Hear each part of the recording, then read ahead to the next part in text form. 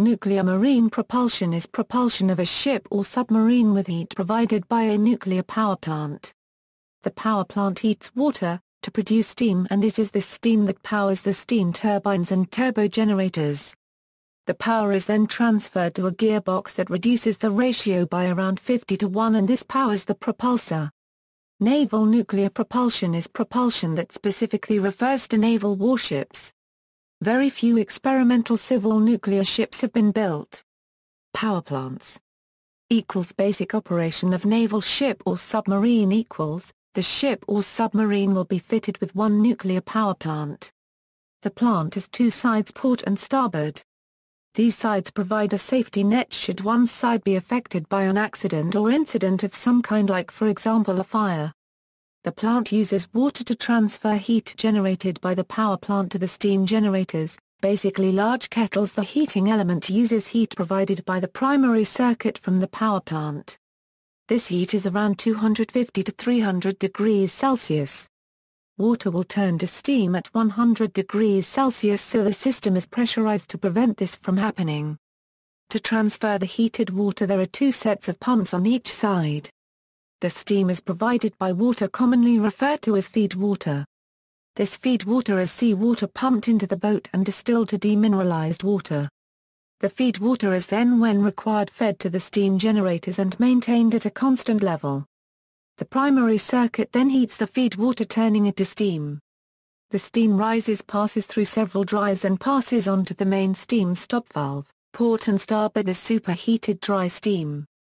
The Russian, US and British navies rely on steam turbine propulsion, while the French and Chinese ships use the turbine to generate electricity for propulsion. Most nuclear submarines have a single reactor, but Russian submarines and the USS Triton had two. Most American aircraft carriers are powered by two reactors, but the USS Enterprise had 8. The majority of marine reactors are of the pressurized water type, although the US and Soviet navies have designed warships powered with liquid metal-cooled reactors. Disadvantages of nuclear-powered vessels equals, most ports are nuclear-free. So the boat will be severely limited to where it could go. Due to the fact that the ship or submarine is nuclear-powered, the plant and subsequent operating systems have to be manned 24 hours a day, 365 days a year. A ship under normal diesel generator power can switch off its power and all crew disembark. All crew will have to be monitored, a designated health physics team and dosimetry badges have to be issued, which in the long run is expensive to maintain.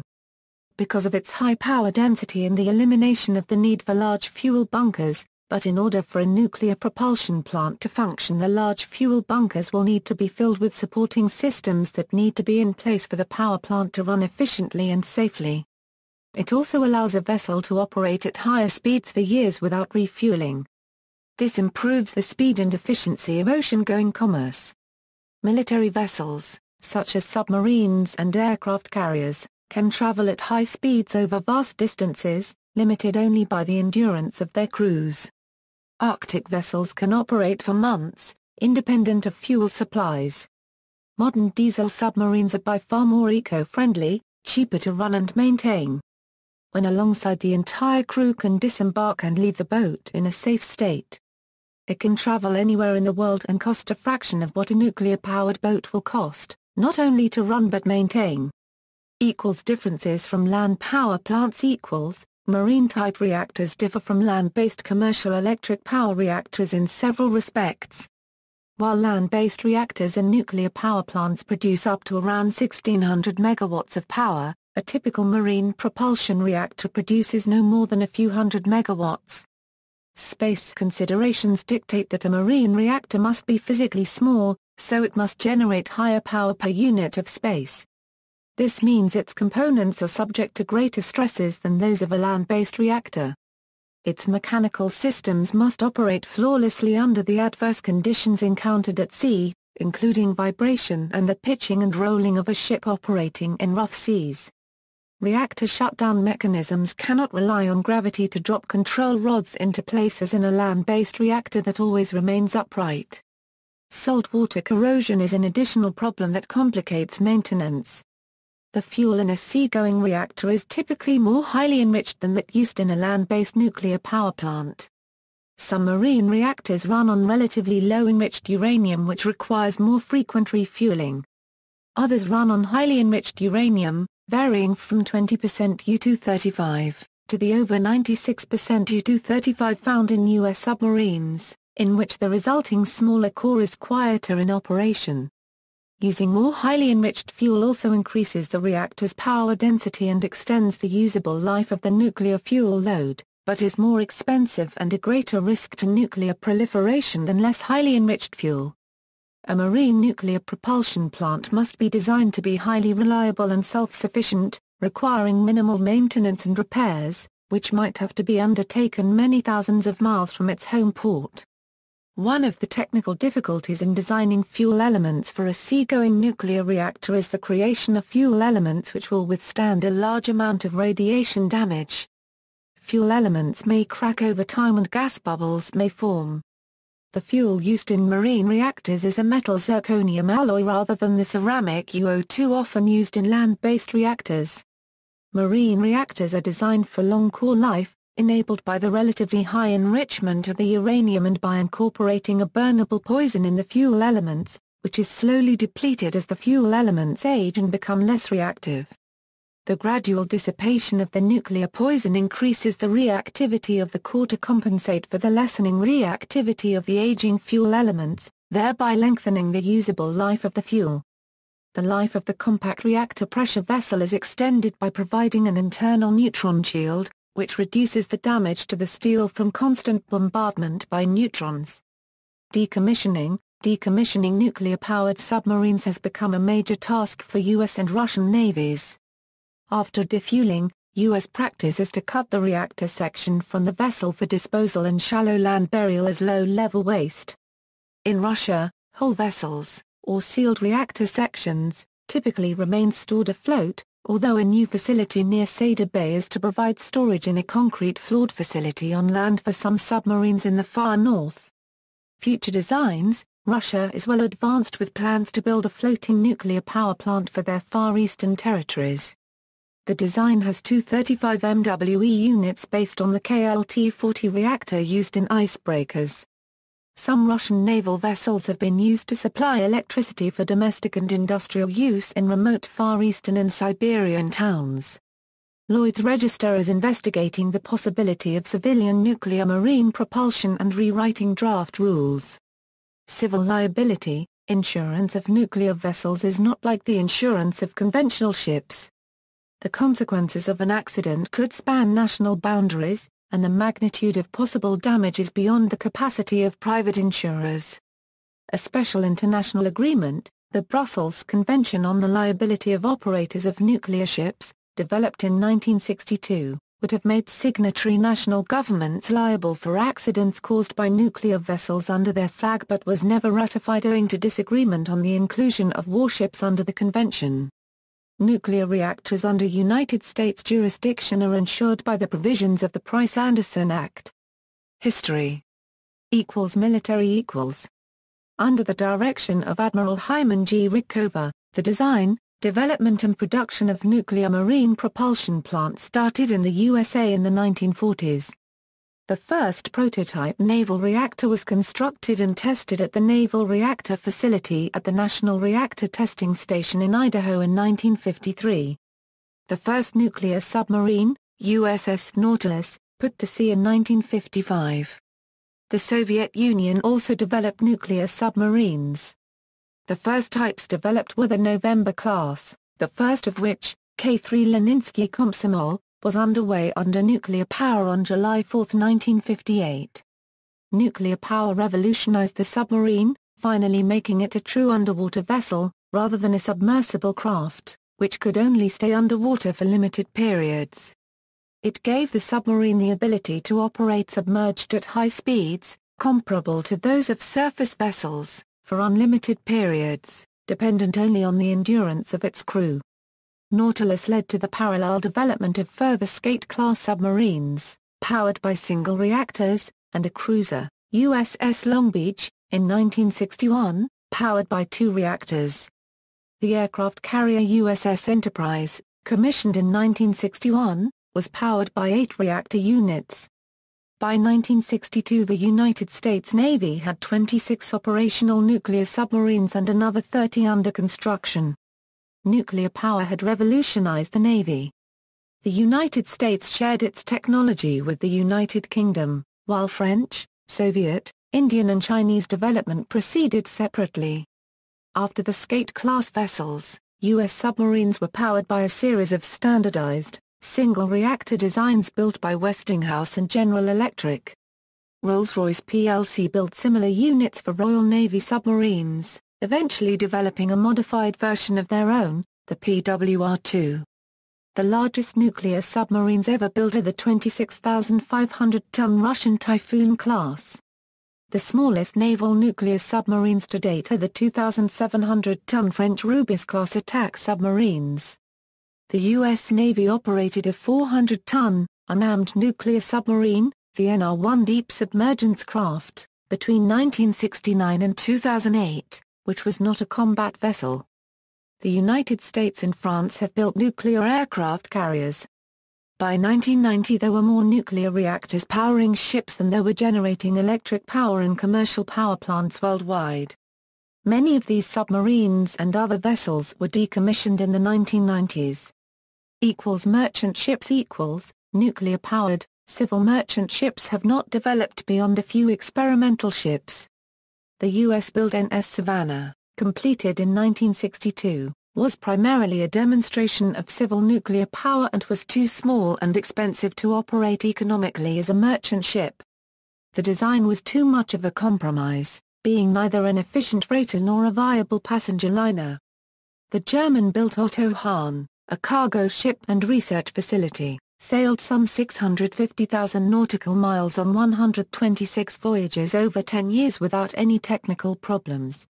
However, it proved too expensive to operate and was converted to diesel. The Japanese Matsu was dogged by technical and political problems. Its reactor had significant radiation leakage and fishermen protested against the vessel's operation. All of these 3 ships used low-enriched uranium. Sevmorput, a Soviet and later Russian lash carrier with ice-breaking capability, has operated successfully on the Northern Sea route since it was commissioned in 1988. As of 2012, it is the only nuclear-powered merchant ship in service. Civilian nuclear ships suffer from the costs of specialized infrastructure. The Savannah was expensive since it required many initial costs for the first ship of its class and a nuclear civilian ship, as well as costs for a nuclear shore staff and servicing facility. As there was only one ship, this was an expensive infrastructure for one.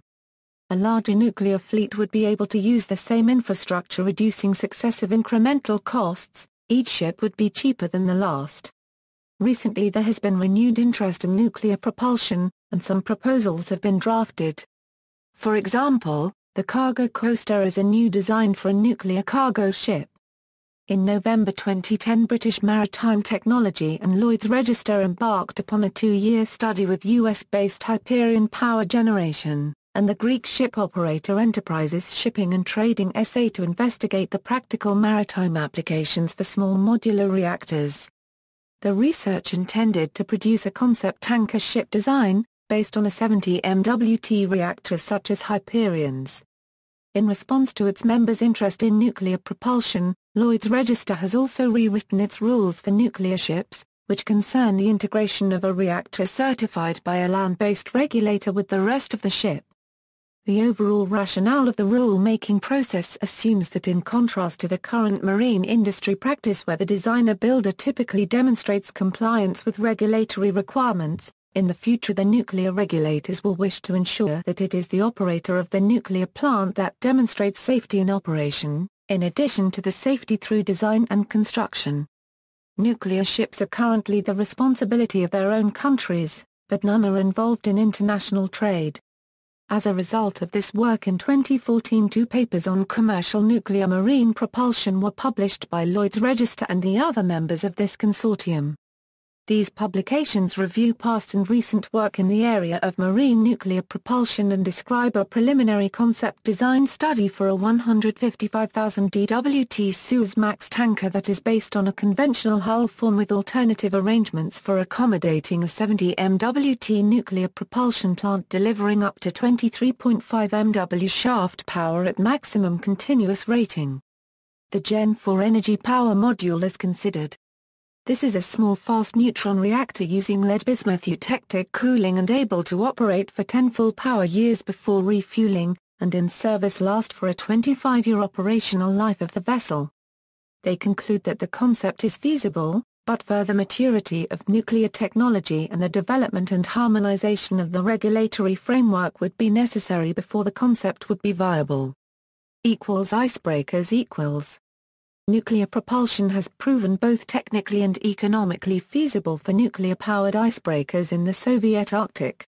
Nuclear-fueled ships operate for years without refueling, and the vessels have powerful engines, well suited to the task of icebreaking. The Soviet icebreaker Lenin was the world's first nuclear-powered surface vessel in 1959 and remained in service for 30 years. It led to a series of larger icebreakers, the 23,500-ton Arktika class of 6 vessels, launched beginning in 1975. These vessels have 2 reactors and are used in deep Arctic waters. NS Arktika was the first surface vessel to reach the North Pole. For use in shallow waters such as estuaries and rivers, shallow draft, Taimur-class icebreakers are being built in Finland and then fitted with their single-reactor, nuclear propulsion system in Russia. They are built to conform to international safety standards for nuclear vessels. Civilian nuclear ships. The following are ships that are or were in commercial or civilian use and have nuclear marine propulsion. Merchant cargo ships. Matsu, Japan; Otto Hahn, Germany; Savannah, United States; Sevmorput, Russia. Nuclear-powered icebreakers. All nuclear-powered icebreakers have been commissioned by the Soviet Union or Russia. Lenin, Arktika, Sibir, Russia; Sovetski Soyuz, Yamal, 50 Let Pobedy, formerly the Ural, Taimur, Vagach. See also, List of United States naval reactors, Nuclear Navy, United States Naval Reactor, United States Navy Nuclear Propulsion, Knowles Atomic Power Laboratory, Soviet Naval Reactor, Army Nuclear Power Program, Naval Nuclear Power School, Echo-class submarine, Air-independent propulsion, Russian floating nuclear power station, environmental impact of shipping. References: Wirt, John G. A Federal Demonstration Project, NS Savannah. Innovation in the Maritime Industry 1. National Academies, for Maritime Transportation Research Board, National Research Council pages 29-36. Mulls, James Clay. Global Submarine Proliferation, Emerging Trends and Problems. NTI. Retrieved March 7, 2007. Acton, James. Silences Highly Enriched Uranium. Retrieved December 13, 2007. Ending the Production of Highly Enriched Uranium for Naval Reactors. James Martin Center for Non-Proliferation Studies. Retrieved September 25, 2008. Full Steam Ahead for Nuclear Shipping, World Nuclear News, November 18, 2010, retrieved November 27, 2010. A.B. Herdaris, Spiros. Cheng, Y.F. Shallcross, P. Bonafau, J. Carlson, D. Prince, B. Sares, G.A. Considerations on the potential use of nuclear small modular reactor technology for merchant marine propulsion. Ocean Engineering 79, 101 Euro 130 doi, 10.1016/J Oceaning. 2013.10.015. A.B. Herdaris, Spiros. Cheng, Y.F. Shallcross, P. Bonafau, J. Carlson, D. Prince, B. Sares, G.A. Concept design for a Suezmax tanker powered by a 70 Euro MW small modular reactor.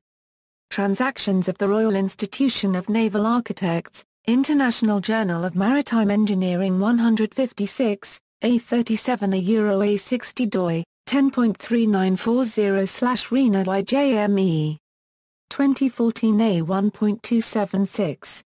Liability for nuclear damage. World Nuclear Association. Retrieved March 17, 2011. Brussels Convention on the Liability of Operators of Nuclear Ships. International Law. Public International Law. Retrieved March 17, 2011. International Atomic Energy Association. Archived from the original on December 17, 2010. Retrieved March 17, 2011. Groves, Leslie R. Teller, Edward.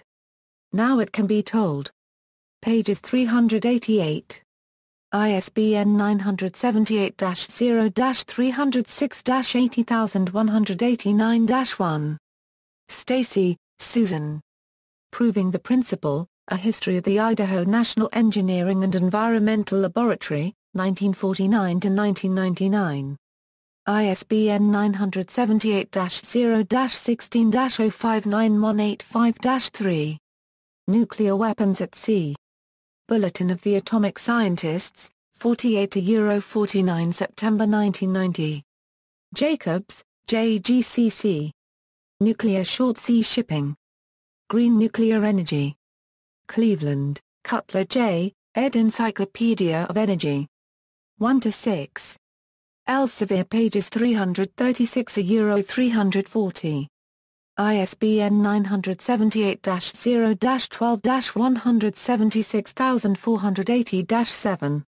AFP, November 11, 1998. In Nuclear Submarines Provide Electricity for Siberian Town, FBIS SOV 98-315, November 11, 1998. Itar TASS, November 11, 1998. In Russian nuclear subs supply electricity to town in Far East, FBIS SOV 98-316, November 12, 1998. Harold Wilson's Plan BBC News Story. External links, The World Nuclear Association, Naval Nuclear Power Training Command.